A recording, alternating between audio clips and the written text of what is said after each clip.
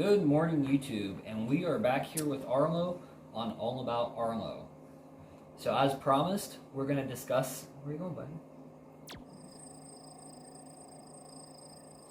So one of Arlo's favorite things to do is to chase Noni around the house. Noni's our cat, and he's been getting a little bit perkier when he sees her, but he knows he still can't go after her. Anyway, as promised, we are going to discuss some of the things that you might be able to expect if your pet survives an accident. So the initial thing that I noticed looking back is the highs and the lows. Initially, I was shocked. I went into super drive mode, just wanting to help. But then, I noticed this high of my pet's alive, and he seems to be responding okay. So then I became excited, then there became this spark of hope. But then Arlo couldn't walk, and then Arlo seemed really dejected. So obviously we're calling the vet's office, and we're asking, what do we do? So one of the things that you need to do in an emergency situation like this is listen to everything that's being told to you. So they told us you need to go to an emergency vet clinic. So we had two choices in our area, and we ended up taking him to the one that was a little bit closer.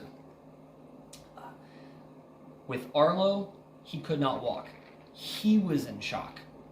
So not only was his back end really messed up from getting hit, but he personally was in shock.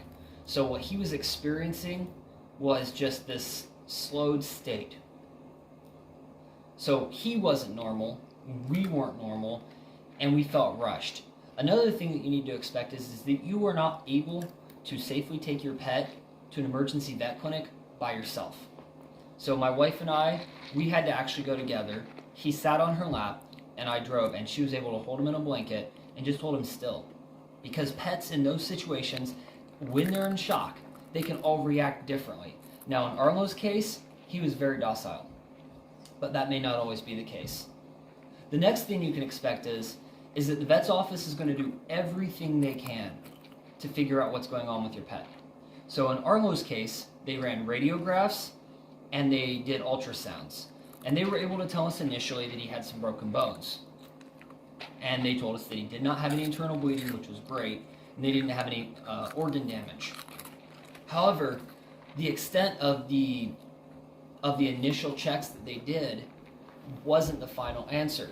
So initially, we thought Arlo was going to have 2 surgeries. He actually ended up having to have 3, and then they had to go back in and fix 1. So he had 4 surgeries in total. Another thing that you may be able to expect is that they're going to give you choices at the vet's office. So this is something I didn't know about, I didn't expect. Now growing up on the farm, I understood the concept of if you have a suffering pet, you may not be able to take care of it. But I did not expect the vet's office to give us the option of euthanization. When that happened, I was in shock. Now in Arlo's case, they gave him multiple options. That was one of the options. Another one of the options was a cheap end fix, which is basically just doing the bare minimum to try and give Arlo the help that he needs. And then the final option was doing all the surgeries necessary to restabilize his pelvic bone. Where are you going, buddy? Okay. He's trying to lay down. Restabilize his pelvic bone and put screws in, and then fix his hip bone. So these are some of the things that I did not necessarily know. And I didn't know how fast everything was going to be coming at us as well. So in Arlo's case, if the vet is telling you, take your time and think through all the options, then they are giving you the time to think through all the options. They did everything they could to make Arlo pain-free and safe. That gives you the time, as the pet's owner, to make the decisions that you need to make to help your pet and do the best thing for him. So again, these are just a few of the things. Where are you going, buddy? You can't go in there. You gotta stay in here. It's okay.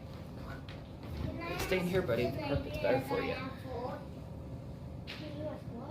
So again, these are just some of the things that you can expect if your pet survives an accident. Now hopefully you'll never experience your pet being in an accident, but if you do, just remember to take your time and think through everything, make the important phone calls, and don't just assume your pet's okay.